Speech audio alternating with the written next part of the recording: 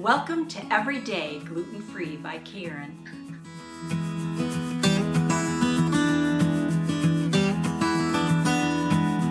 If you like the contents of this video, please subscribe and hit the like button below. The cooler weather and the crunchy leaf makes me start to think of pumpkins and baking and soup and all the delicious things that come with cooler weather. Today I'm going to be making a gluten-free pumpkin gingerbread, which is delicious plain or with a dollop of cinnamon whipped cream on top. Join me today as we make this gluten-free pumpkin gingerbread together. All right, let's get started with our gluten-free pumpkin gingerbread. Now, gingerbread, it's really just a cake, but I'm calling it gingerbread because that's what gingerbread always is called.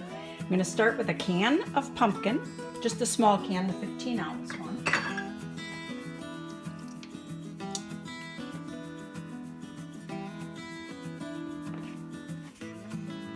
And a half a cup of molasses. I use blackstrap molasses.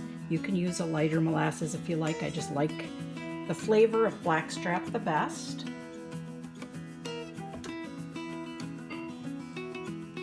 That was half a cup of blackstrap and a half a cup of coconut oil.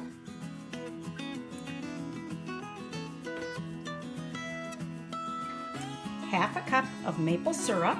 That's going to be our sweetener.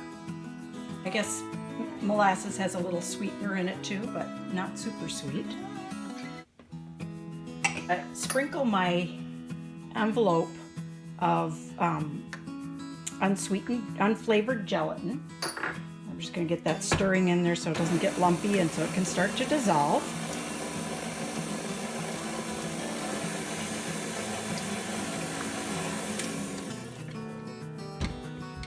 All right, I'm going to add 4 eggs,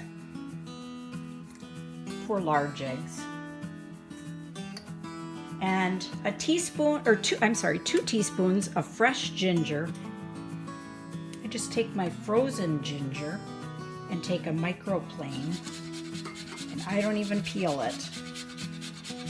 I just grate it into the bowl.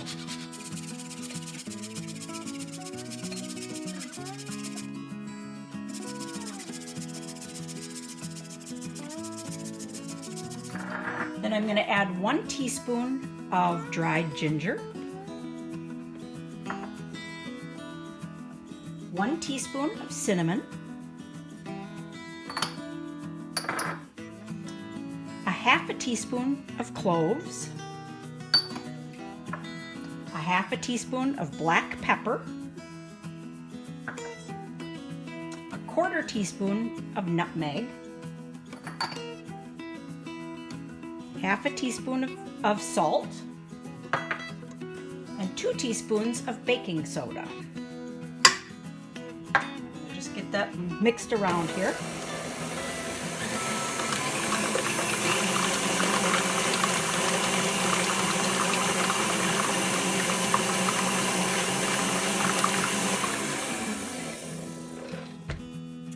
And to that, I am going to add 2 tablespoons of coconut flour. Now you could use potato flour if you wanted to. Just thickens it up a little bit, adds a nice flavor.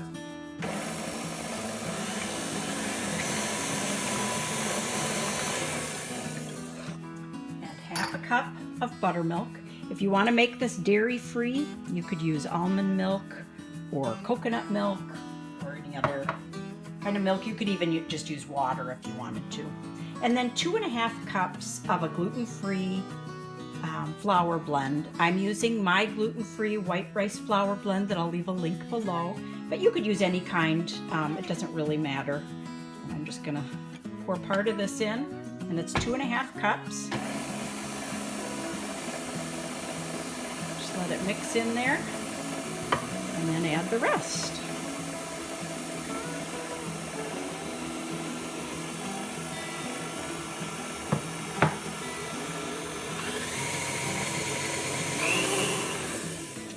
Just let it beat for about 1 minute to get it nice and fluffy. Then just spread it in a 9 by 13 inch pan and bake at 350 for 35 minutes.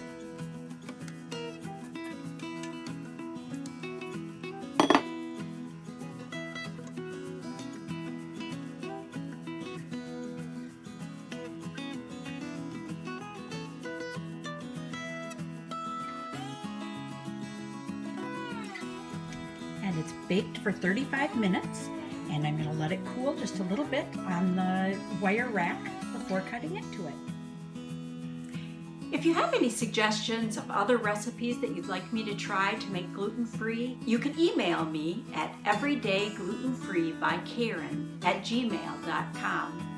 I will leave a link below for that email, and also the recipe will be linked in the description box below. Thank you for joining me today.